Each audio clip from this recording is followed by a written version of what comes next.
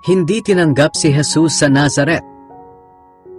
Umalis si Jesus sa lugar na iyon at umuwi sa sarili niyang bayan. Kasama niya ang kanyang mga tagasunod. Pagdating ng araw ng pamamahinga, pumunta siya sa sambahan ng mga Hudyo at nagturo roon.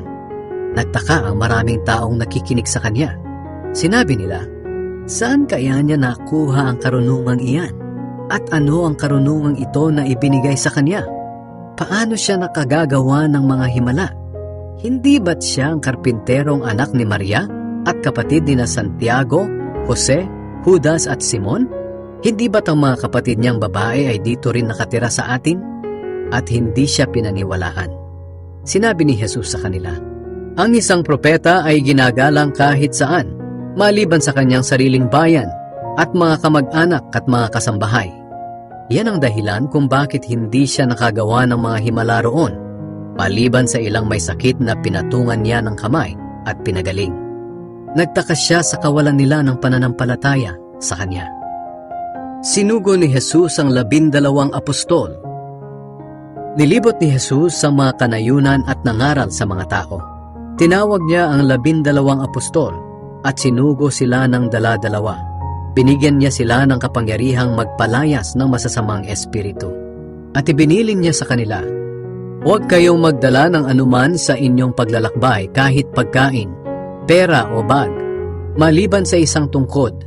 Pwede kayong magsuot ng sandalyas, pero huwag kayong magdala ng bihisan. Kapag pinatuloy kayo sa isang bahay, doon na lang kayo manatili hanggang sa pag-alis ninyo sa lugar na iyon. Kung ayaw kayong tanggapin o pakinggan ng mga tao sa isang lugar, umalis kayo roon at ipagpag ninyo ang alikabok sa inyong mga paa bilang babala laban sa kanila." Kaya umalis ang 12 at nangaral sa mga tao na dapat nilang pagsisihan ang kanilang mga kasalanan. Pinalayas nila ang maraming masamang espiritu at maraming may sakit ang pinahiran nila ng langis at pinagaling. Ang pagkamatay ni Juan na tagapagbautismo. Nabalitaan ni Haring Herodes ang tungkol kay Jesus dahil kilalang-kilala na siya kahit saan. May mga nagsasabi, siya ay si Juan na tagapagbautismo na muling nabuhay, kaya nakagagawa siya ng mga himala. Ang sabi naman ng iba, siya ay si Elias. At may mga nagsasabi rin na siya ay isang propeta, na tulad ng mga propeta noong unang panahon.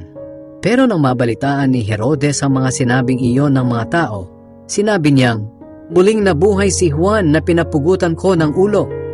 Ipinahuli noon ni Herodes si Juan at ipinabilanggo dahil tinutuligsa ni Juan ang relasyon niya kay Herodias. Si Herodias ay asawa ng kapatid ni Herodes na si Felipe, pero kinuha siya ni Herodes bilang asawa.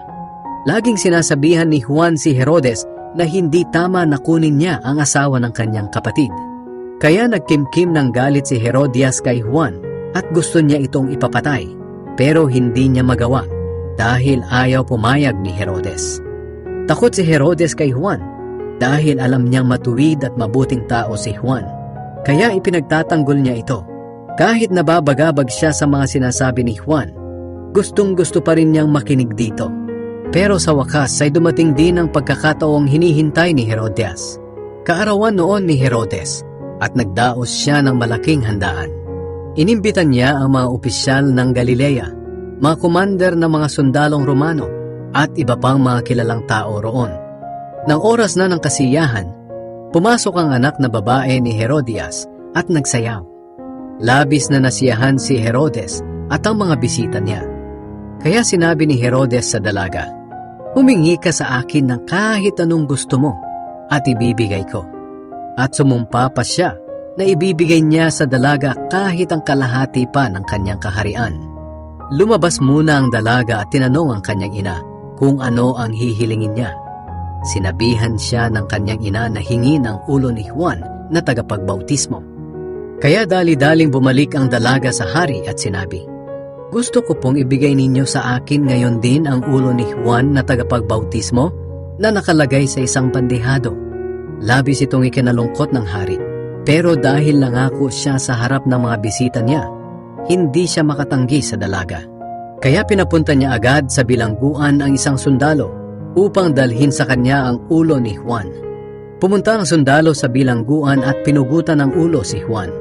Inilagay niya ang ulo sa bandehado at ibinigay sa dalaga. At ibinigay naman ito ng dalaga sa kanyang ina. Nang mabalitaan ng mga tagasunod ni Juan ang nangyari, kinuha nila ang kanyang bangkay at inilibing. Pinakain ni Jesus ang 5,000 tao.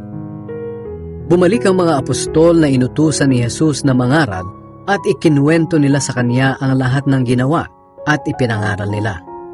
Dahil sa dami ng mga taong dumarating at umaalis, wala na silang panahon kahit kumain man lang. Kaya sinabi ni Jesus sa mga tagasunod niya, "Iwan muna natin ang mga taong ito. Pumunta tayo sa ilang para makapagpahinga."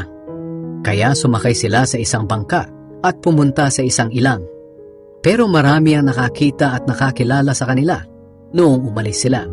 Kaya mabilis namang naglakad ang mga tao mula sa iba't ibang bayan papunta sa lugar na pupuntahan ni na Jesus.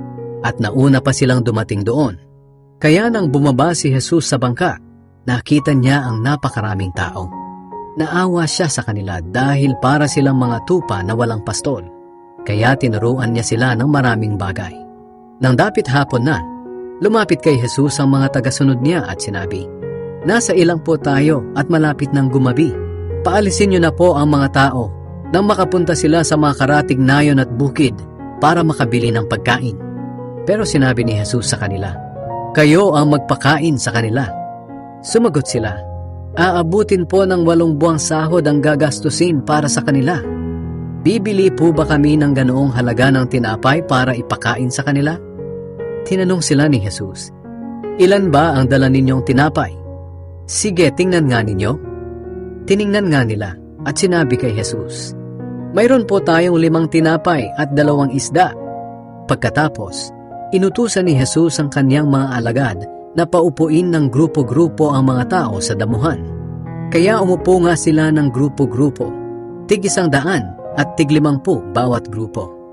Kinuha ni Jesus ang 5 tinapay at 2 isda.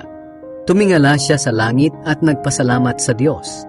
Pagkatapos, hinati-hati niya ang tinapay at ibinigay sa mga tagasunod niya para ipamigay sa mga tao. Ganoon din ang ginawa niya sa isda. Kumain silang lahat at nabusog. Pagkatapos, tinipon nila ang natirang tinapay at isda at nakapuno sila ng 12 basket. Ang bilang ng mga lalaking kumain ay 5,000. Lumakad si Jesus sa ibabaw ng tubig. Pagkatapos, pinasakay agad ni Jesus sa bangka ang mga tagasunod niya at pinauna sa bayan ng Bethsaida sa kabila ng lawa habang pinapauwi niya ang mga tao. Nang makaalis na ang mga tao, umakyat siya sa isang bundok upang manalangin. Nang gumabi na, nasa laot na ang bangka at siya na lang ang naiwan.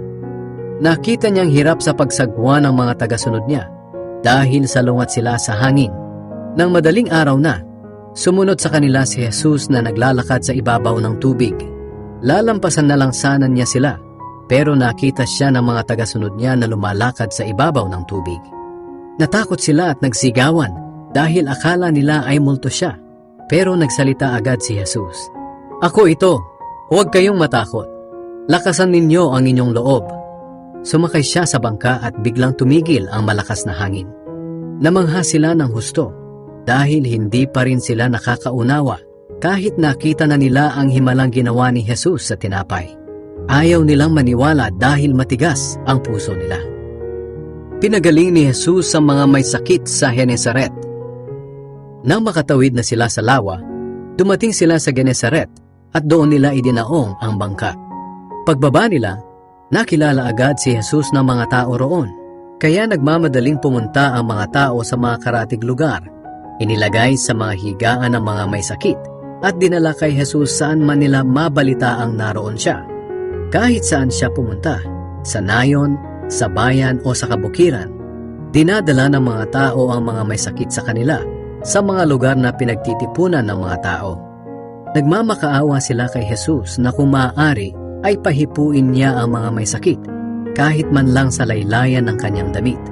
At ang lahat ng nakahipo ay gumaling.